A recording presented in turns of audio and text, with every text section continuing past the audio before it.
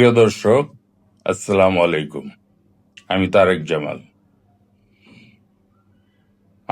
আপনারা সবাই বর্তমানের একটা গরম খবর পেলে আগ্রহ সহকারে দেখি, মনোযোগ সহকারে দেখি, এবং ওইটাকে নিয়ে আমরা সারাদিন হই হুল্লোড় করি। এবং ওইটাকে আমরা সবাই, বর্তমানে যেহেতু ফেসবুকের যুগ, ইউটিউবের যুগ, ওটা নিয়ে আমরা সারাদিন পড়ে থাকি। কিন্তু নতুন প্রজন্মের আমার ছোট ছোট ভাই এবং বোনেরা এবং আমার যারা মুরব্বিয়ান আছে, সবার দৃষ্টি আকর্ষণ করছি, আমরা যদি অতীতকে নিয়ে বর্তমানটা বিবেচনা করি, তাহলে কিন্তু আমাদের ভবিষ্যৎটা সুন্দরভাবে সাজাতে পারি।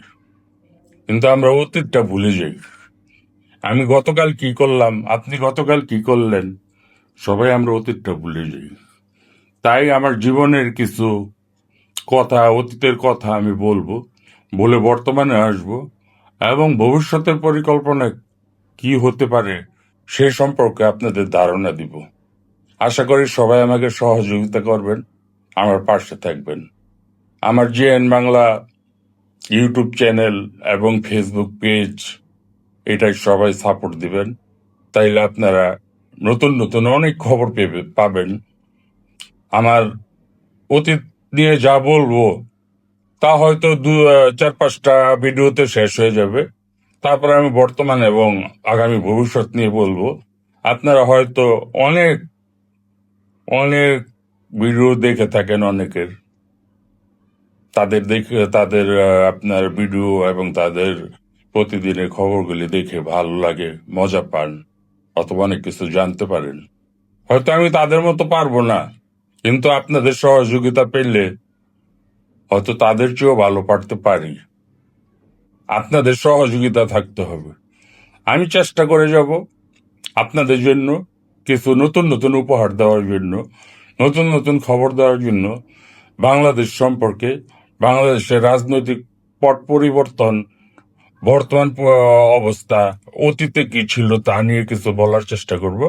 আপনারা সবাই আমার সহযোগিতা করবেন। আমি কিন্তু সেই ছোটবেলা থেকে বিএনপির সাথে জড়িত, বিএনপির একজন সাধারণ কর্মী হিসেবে জড়িত। আমার সৌভাগ্য হয়েছিল একটা ছোটবেলায়, আমার বয়স কত হবে, 7-8, আমি শহীদ রাষ্ট্রপতি জিয়াউর রহমানের সাথে দুবার হাত মেলানোর সৌভাগ্য হয়েছিল।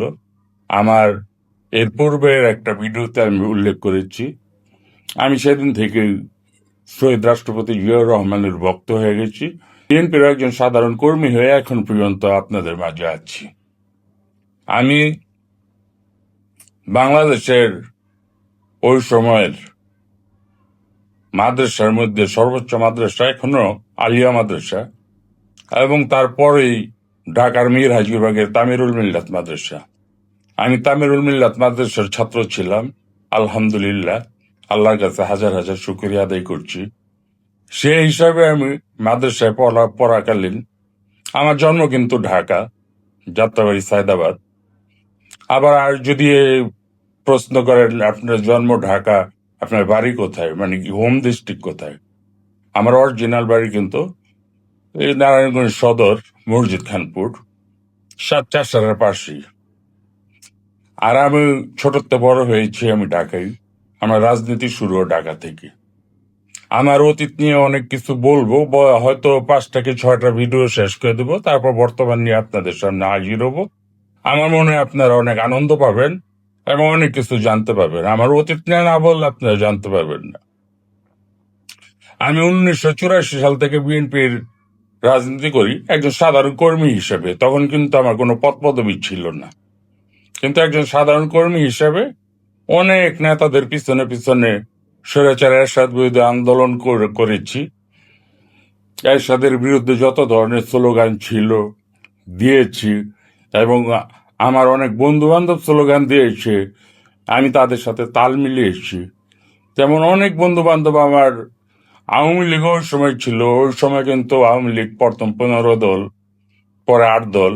আমরা কিন্তু দেশনেত্রী বেগম খালেদা জিয়ার নেতৃত্বে 7 দল ছিল, 7 দলে ভাঙ্গে নেই, 7 দল দিয়ে আমরা এরশাদ পতন ঘটাইছি। এবং জামাত ইসলাম ওই সময় আমাদের সাথে যৌথভাবে আন্দোলন করেছে, আরো ছোটখাটো অনেক দল ডান বা অনেক দলে আমাদের সাথে রাজনীতি করেছে। ওই সময় আসলে রাজনীতি সম্পর্কে আমার ধারণা ছিল না। আমি নেতাদের উৎসাহে বিএনপির পেছনে করছে। আর ওই যে আমি বললাম, শহীদ রাষ্ট্রপতি জিয়াউর রহমানের ভক্ত হয়ে গেছি, বিএনপির ভক্ত হয়ে গেছি। সেই হিসেবে আমার কোনো নেশা ছিল না। আমি জীবনে 2 আঙ্গুলের সিগারেট ধরি নেই, অন্য কোনো নেশাও খাই নেই। কিন্তু আমার একটা নেশা হয়েছে, এটা হলো বিএনপির রাজনীতি করার নেশা। সেই হিসাবে 1984 সাল থেকে হাঁটি হাঁটি পা পা করে আজ পর্যন্ত এসেছি। অনেক বড় নেতাদের পিছনে রাজনীতি করেছি।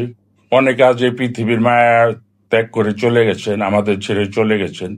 আবার অনেকে আছেন, আমি পূর্বের ভিডিওতে বলেছি, আবার মাঝে মধ্যে তাদের কথা স্মরণ হলে বলবো।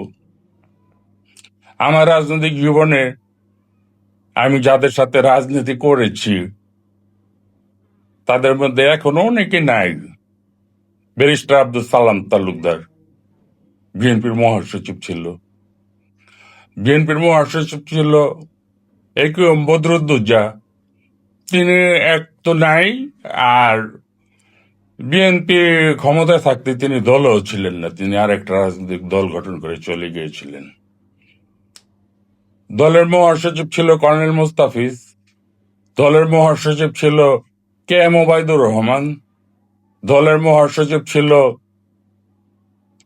আব্দুল মান্নান ভূঁইয়া, দলের মহাসচিব ছিল খন্দকার দেলোয়ার হোসেন, দলের মহাসচিব বর্তমানে আছে মির্জা ফখরুল ইসলাম।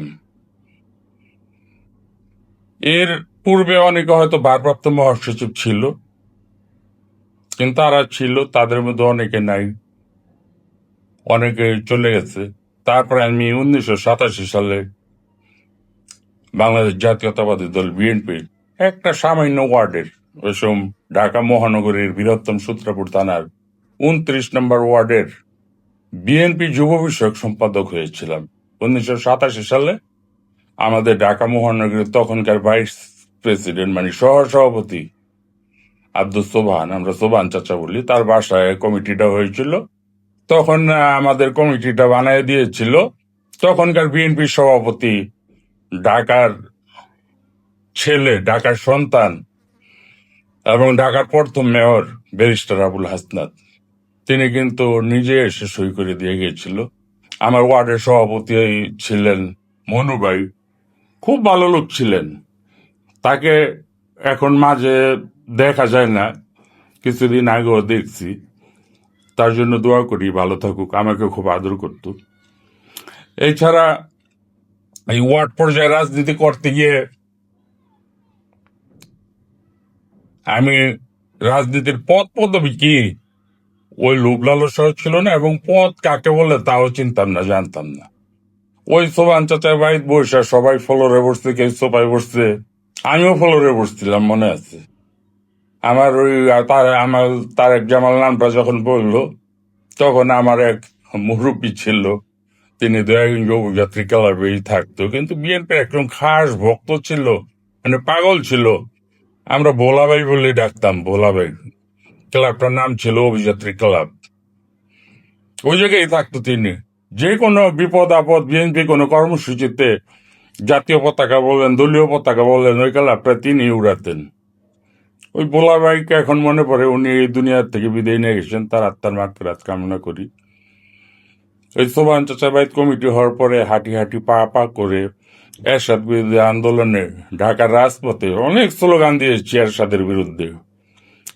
আমরা দেশনেত্রী বেগম খালেদা জিয়ার নেতৃত্বে 7 দলীয় ঐক্য জোট আর আওয়ামী লীগের নেতৃত্বে 15 দলীয় ঐক্য জোট, তাদের 15 দলীয় ঐক্য জোট টিকে নেই। পরে 8 দলীয় ঐক্য জোট হয়েছিল। জামাত ইসলামী, ডান বাম অনেক দল মিলে আমরা আন্দোলন করতাম। আমার মনে আছে এগুলি, স্মৃতি না বললে আমি অন্য কিছু আমি টানতে পারবো না। সেই হিসাবে আপনাদের দৃষ্টি আকর্ষণ করে বলছি, আমার জীবনে অনেক কাহিনী আছে, অনেক ঘটনা আছে। আমি 4টা শক্তির বিরুদ্ধে যুদ্ধ করে গেছি। 2024 সালে 5ই আগস্টের আগে প্রশাসনের বিরুদ্ধে, আওয়ামী লীগের বিরুদ্ধে, এবং তৃতীয়টা বলতে পারেন যে তৃতীয়টা কার সাথে? তৃতীয়টা আমার নিজের দল বিএনপির সাথে যুদ্ধ করেছি। বিএনপি বলতে আসলে বিএনপির তোর দোষ না, এটা একটা দল। বিএনপির অনেক নেতাকর্মী আছে, সবাই ভালো। এর মধ্যে যে কয়েকজন অতিমাত্রায় অতিরঞ্জিত এবং বিএনপির যারা করে তাদের তারা স্নেহ মায়া মমতা করে না, ভালোবাসে না, এবং যে একটু এগিয়ে যেতে চায় তাকে কিভাবে পিছন দিয়ে টেনে ধরতে হয়, ধরে তাকে ফেলে দিতে হয়, সেই কয়েকজন নেতা তারা ভালো করে জানেন। সেই জন্য আমি তাদের বিরুদ্ধেও যুদ্ধ করেছি। যুদ্ধ করে আজ পর্যন্ত এখানে এসেছি। আমি আজকের এই প্রথম পর্বটা আমি এখানেই শেষ করব। দ্বিতীয় পর্বটা আবার দেখবেন, দ্বিতীয় পর্ব আবার আমি শুরু করব, ওটা আবার আপনারা দেখবেন।